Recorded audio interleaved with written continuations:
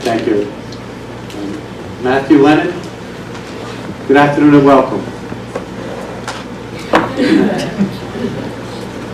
Mr. Chairman, members of the committee, my name is Matthew Lennon. I am a 6th grader at the Wheeler School in Providence. I live with my 2 moms, 2 dads, and big sister, Alicia. You might hear a lot of negative comments tonight about families like mine, kids being raised by 2 moms and 2 dads.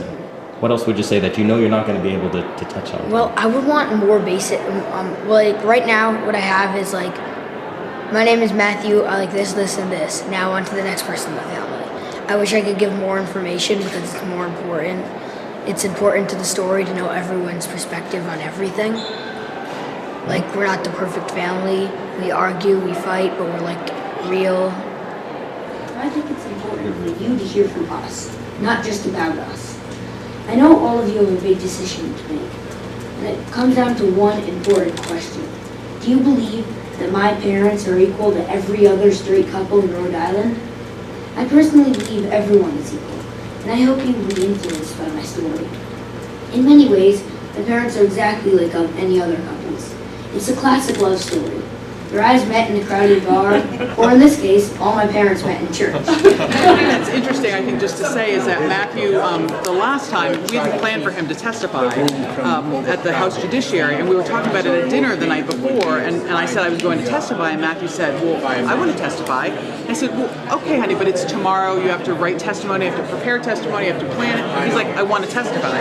And I said, well, okay, when are you going to do that? He's like, let's do it now, right now, let's do it. So, worked on his testimony, practiced it in school the next day, and then he came and anyway, back knocked it out, right? Both my moms and my dads have been together for 14 years. When I think about what marriage means to me, I think it's about 2 people that love each other. My parents certainly fit that description. Although they can't legally marry, their commitments are very, very real. My parents have stayed together through sickness, and health, through thick and thin, through good times and bad. So even though I am only 12, I have some ideas of what's important to me. I want to be someone who knows no discrimination. I want to become a man who doesn't judge someone by the color of their skin, their gender, or who they love. I want to use the gift I was given to help make the world a better place. In closing, here's what I believe. If there's one thing you don't mess with in life, it's love. My parents and all the other gay and lesbian people here just want to be happy, just like you. All they want is to be treated fairly. But unlike most of you, they have to come here again, year after year, and explain over and over why their love is equal to yours. This year, you have the opportunity to change that.